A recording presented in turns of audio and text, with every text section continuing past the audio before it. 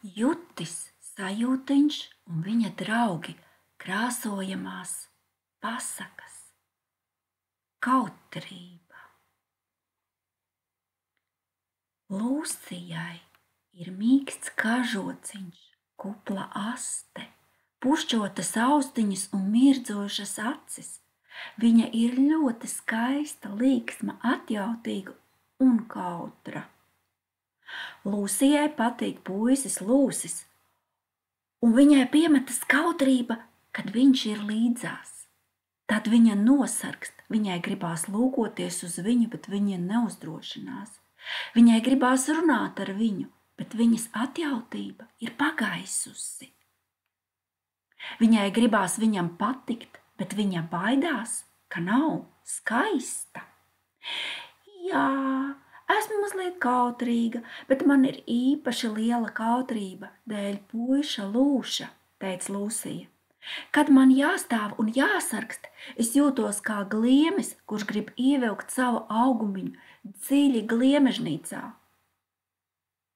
Vakar Lūsijai bija dzimšanas diena. Viņai ir skaista liela māja, un viņa bija mājās, iešķindējās durvju zvaniņš. Lūsija piegāja pie loga, lai slepus palūkotos, kurš ir atnācis. Pa mežģīņu aizkara caurumiņu viņa ieraudzīja savus mīļos draugus, lācinieku, žāgati, zaķuli un kaķuli, murkšķi un purkšķi, lupatausi, klumpatu. Viņi bija atnesuši Lūsijai dāvanas.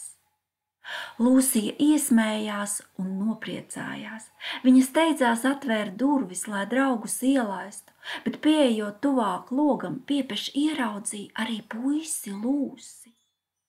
Viņš stāvēja draugu pulkā ar baltu rožu pušķi rokās un izskatījās brīnums skaists un labs.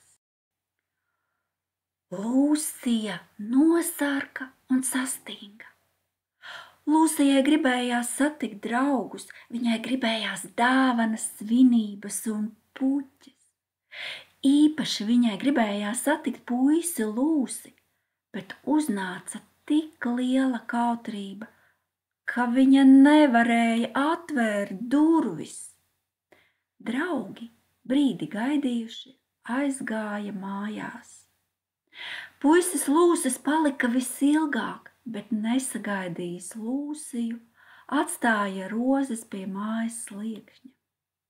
Kad Lūsis bija prom, Lūsija atvēra durvis, pacēla puķes, ieelpoja to smaržu un sāka raudāt. Garām rāpoja gliemezītes un jautāja, kādēļ tu raudi, Lūsija, vai kas noticis tavai mājai?